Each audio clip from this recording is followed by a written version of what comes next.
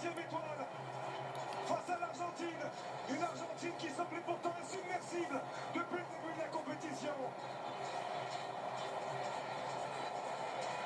Andrés Iniesta avait permis à l'Espagne de s'imposer au bout de la prolongation.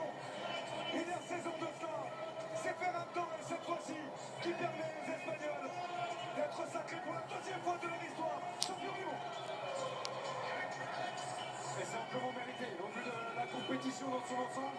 Et évidemment, sur cette finale, avec la domination, le jeu de possession, mais aussi les actions offensives, l'envie de marquer, l'envie de progresser, de créer du danger. Contrairement à cette équipe d'Argentine qui a été vraiment très forte défensivement, mais qui ne s'est pas exprimée du tout offensivement, qui n'a pas cherché la victoire. Victoire méritée de cette Espagne. Forcément très particulier pour Lionel Messi. Beaucoup d'émotions doivent traverser la Pulga. Sans doute le meilleur joueur de tous les temps, qui ne partira pas avec le plus haut des trophées pour la deuxième fois consécutivement, comme il l'espérait. C'était son 34e match de Coupe du Monde.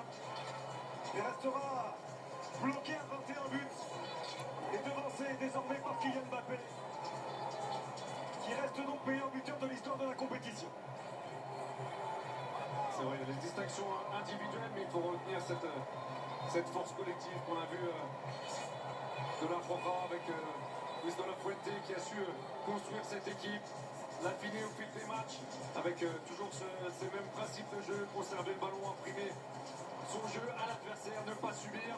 Ils ont réussi à élever leur niveau de jeu et être patients, surtout dans la tête, face à des Argentins provocateurs, et avec les pieds ensuite pour marquer ce but libérateur dans les prolongations.